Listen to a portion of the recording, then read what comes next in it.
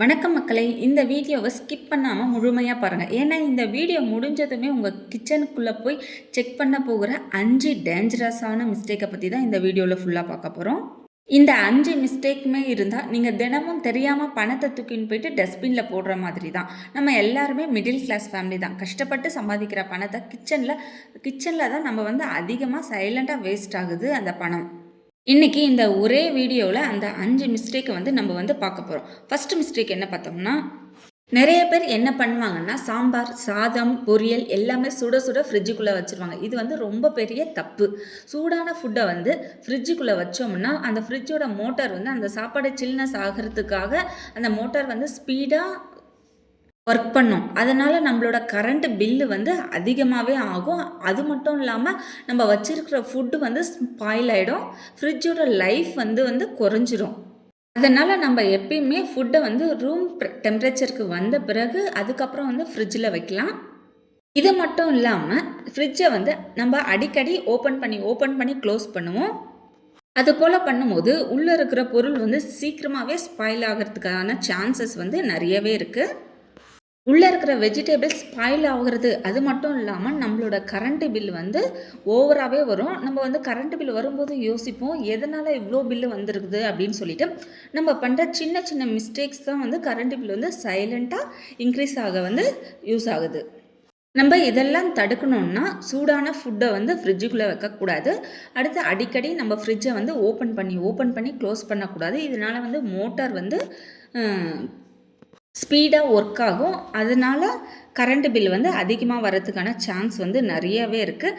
இதை கம்மி பண்ணோம்னா கரண்ட் பில் கண்டிப்பாக குறைக்கலாம். ஃபுட்டும் வேஸ்ட் பண்ணாமல் வச்சுக்கலாம். அடுத்த டிப் மசாலா பேக்கெட்ஸை நம்ம ஓப்பன் பண்ணி அப்படியே வச்சிடுறது. நம்ம சமைக்கும் போது இது போல் டப்பாவில் போட்டு வச்சுருந்தாலும் சரி, அதை எடுத்து நம்ம யூஸ் பண்ணிவிட்டு அப்படியே ஓப்பன்லேயே வச்சோம்னா மாய்ஸ்டர் போயிடும். அப்புறம் ஸ்மெல்லு, டேஸ்ட்டு அது எல்லாமே போயிடும். அந்த பொருளில் இருக்கிற டேஸ்ட்டோட தன்மை ஃபுல்லாகவே போயிடும். அப்புறம் அதில் அந்த ஃபங்கல் ஸ்பாயிலேஜ் ஃபார்ம் ஆக ஆரம்பிக்கும். நீங்கள் கவனிச்சிருப்பீங்கன்னு நினைக்கிறேன். நான் நிறையாவே பார்த்துருக்குறேன். இதில் ஒரு 2 பேக்கெட் ஒரேடியாக நான் கொட்டி வச்சுட்டேன். அது ரொம்ப நாளைக்கு வரவே இல்லை. அது சீக்கிரமாக ஒயிட்டாக அது போல் ஆயிடுச்சு. அதனால் இப்போல்லாம் நான் கொஞ்சம் கொஞ்சமாக அதில் கொட்டி வச்சு யூஸ் பண்ணி காலியான பிறகு அதுக்கப்புறம் இன்னொரு பேக்கெட்ஸை நம்ம அதில் யூஸ் பண்ணிக்கலாம். போல் இல்லாமல் இருக்க நம்ம ஹேர் டைட் கண்டெய்னரில் ஸ்டோர் பண்ணலாம். அதுக்கப்புறம் ஈரமான ஸ்பூனை அதில் போடக்கூடாது. ஸ்பூனை அதில் போட்டாலும் அதனுடைய அந்த பொருளோட தன்மை சீக்கிரமாகவே கெட்டு போயிடும். அதுபோல் கெட்டு போச்சுன்னா நம்மளால் அந்த பொருளை யூஸ் பண்ணவே முடியாது. அது டஸ்ட்பின்க்கு தான் போகும். அதனால் மணி நிறையவே வேஸ்ட் ஆகும். அதனால் எந்த ஒரு மசாலா பேக்கெட் பிரித்தாலும் நம்ம கம்மியாக பிரித்து கொட்டிக்கலாம். அது யூஸ் பண்ணிட்ட பிறகு அதுக்கப்புறம் மசாலாவை யூஸ் பண்ணோம்னா அதனுடைய டேஸ்ட் குறையவே குறையாது. அது மட்டும் இல்லாமல் நம்ம அப்பளம் பேக்கெட்ஸ் அப்படியே பிரித்து வச்சிட்டாலுமே அது மொறுமொறுப்பு தன்மை போயிடும்.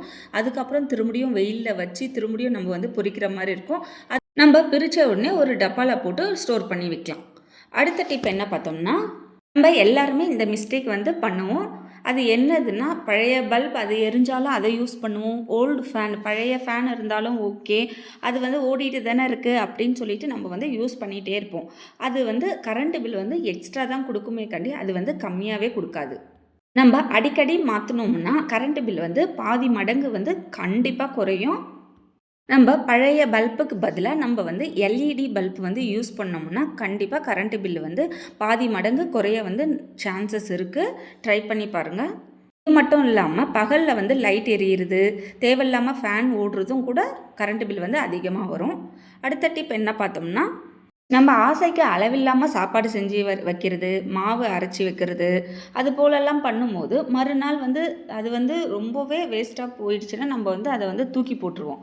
அது போல் பண்ணாமல் நம்ம சாப்பாடு செய்யும் போதே கொஞ்சம் அளவாக செய்ய நம்ம கற்றுக்கணும்னா அது மறுநாள் போக போக நமக்கு தானாகவே பழகிடும்.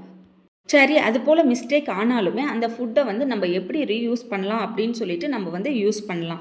இது போல் மாவு ரொம்பவே புளிச்சு போச்சுன்னா நம்ம தூக்கி போட தேவையில்ல, டஸ்ட்பினில் கொட்ட தேவையில்ல. நம்ம பணியாரம், குழி பணியாரம் செஞ்சு சாப்பிட்டோம்னா சூப்பராக இருக்கும். அதே மாதிரி ரைஸ் லெமன் ரைஸு, புளி சாதம் அது போல் செஞ்சோம்னா டேஸ்ட்டாக இருக்கும். அடுத்த டிப் என்ன பார்த்தோம்னா, நம்ம கேஸ் யூஸ் பண்ணும்போது எப்பயுமே ஹை ஃப்ளேமில் வச்சு வந்து குக் பண்ணக்கூடாது. அந்த மாதிரி ஹை ஃப்ளேமில் வச்சு குக் பண்ணோம்னா அதனுடைய நெருப்பு வந்து எல்லாமே வெளியில் தான் வரும். ஒழுங்காக குக் ஆகாது. குக் ஆகிறதுக்கு வந்து ரொம்ப நேரம் ஆகும். அதனால் கேஸ் வந்து நிறையவே செலவாகும். அதனால் மீடியம் ஃப்ளேமில் வச்சு குக் பண்ணோம்னா நமக்கு கேஸும் மிச்சம், அந்த வெஜிடபிள்ஸும் ஈவனாக பாயில் ஆகிடும், கேஸும் சேவ் ஆகிடும், குக்கரோட லைஃப்பும் வந்து ரொம்ப நாள் நீடிக்கும். நம்ம பண்ணுற சின்ன மிஸ்டேக்கில் எவ்வளோ ப்ராப்ளம்ஸ் வருது. நான் சொன்னது சின்ன விஷயமா கூட இருக்கட்டும், அதை வந்து யோசித்து பாருங்கள். கிச்சனில் போயிட்டு உடனே பாருங்கள். நான் சொன்ன இந்த 5 மிஸ்டேக்குமே ஃபாலோ பண்ணிங்கன்னா கேஸ் வேஸ்ட் ஆகிறத தடுக்கலாம், கரண்ட்டை வேஸ்ட் ஆகிறத தடுக்கலாம், க்ரோசரி ஐட்டம்ஸ் வந்து வேஸ்ட் ஆகாமல் இருக்கிறத தடுக்கலாம், அதுக்கப்புறம் ஃபுட் வேஸ்ட் ஆகாமல் இருக்கிறத தடுக்கலாம். அப்புறம் மெயினான விஷயம் மணி வேஸ்ட் ஆகாமல் இருக்கிறத வந்து ரொம்பவே தடுக்கலாம். சின்ன சின்ன விஷயங்களை தான் நம்மளுடைய மணி வேஸ்ட் ஆகுது, பொருளுங்க வந்து நிறைய வேஸ்ட் ஆகுது. பிடிச்சிருந்தால் லைக் பண்ணுங்கள், ஷேர் பண்ணுங்கள், மறக்காமல் சப்ஸ்கிரைப் பண்ணிக்கோங்க. தேங்க்யூ.